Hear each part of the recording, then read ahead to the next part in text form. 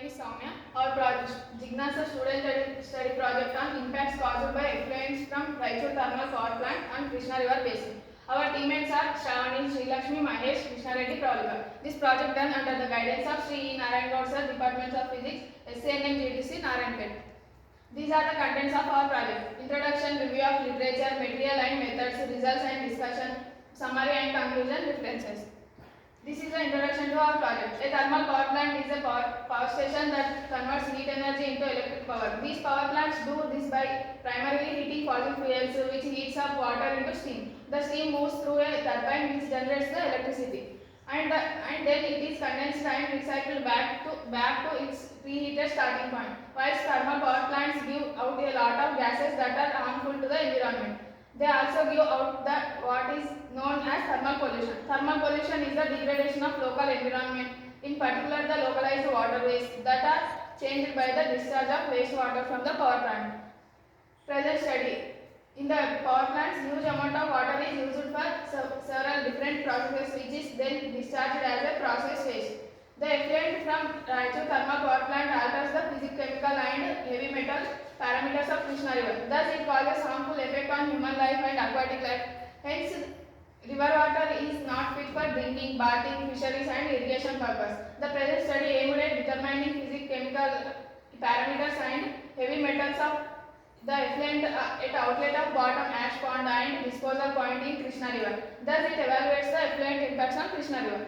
These are the objectives of our project. To study the temperature of water samples in different months. To study the temperature of pH of water samples in different months. To study the turbidity of water samples in different months. To study the COD of water samples in different months.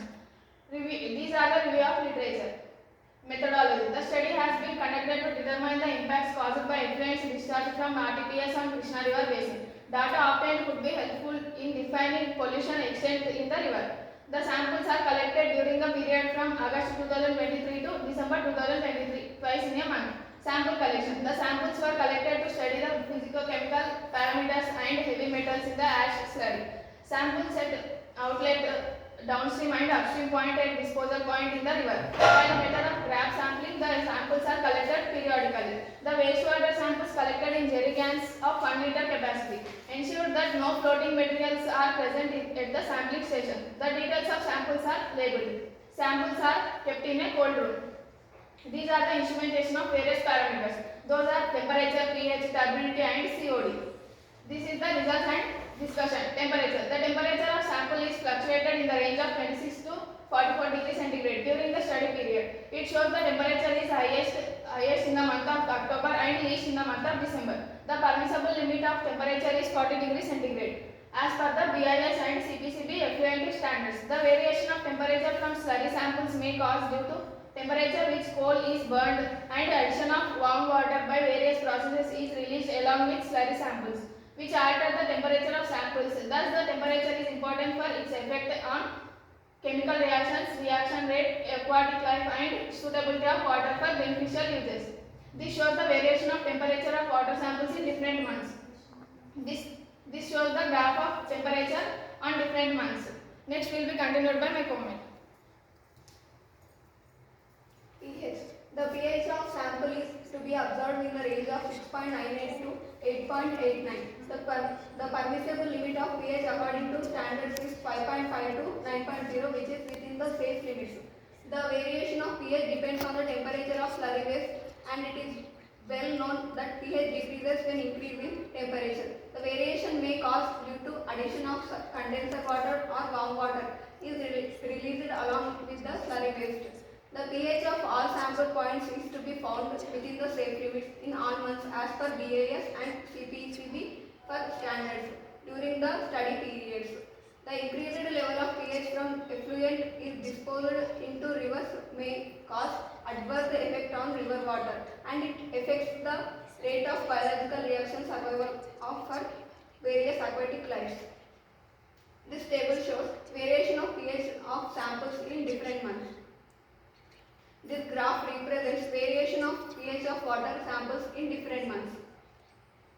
Turbidity. The turbidity of samples during the study is to be observed between the 2 NTU to 125 NTU. The maximum turbidity is obtained 125 NTU in the month of October at sample station 4 and minimum is 4 NTU in the month of December, sample point 4. The permissible limit of turbidity 1 to 5 NTU according to the BSI and CPCB effluent standards for surface water quality. Hence, it is exceeded at all sample stations, and the reason may be slurry waste contains more solid of ash content. The river water is not fit for drinking, bathing, fisheries and irrigation purpose. More turbid water will reduce the penetration of sunlight in the river and reduction of DO levels, which is harmful to aquatic life and also spoils aesthetic view of rivers. This table shows variation of turbidity of samples in different months. This graph represents variation of turbidity of water samples in different months. COD. The variation of COD is to be found in the range of 21.30 milligrams per liter to 117.60 milligrams per liter. The prescribed limit of COD is 120 to 250 milligrams per liter by BIS and CPCB effluent standards. Hence, COD is within the safe limits at all sample stations. The variation may be caused when slurry waste is disposed into the river undergoes chemical reaction. Further, it resists the biodegradation, thus it forms inorganic substances like acids, alkalis and phenols, etc.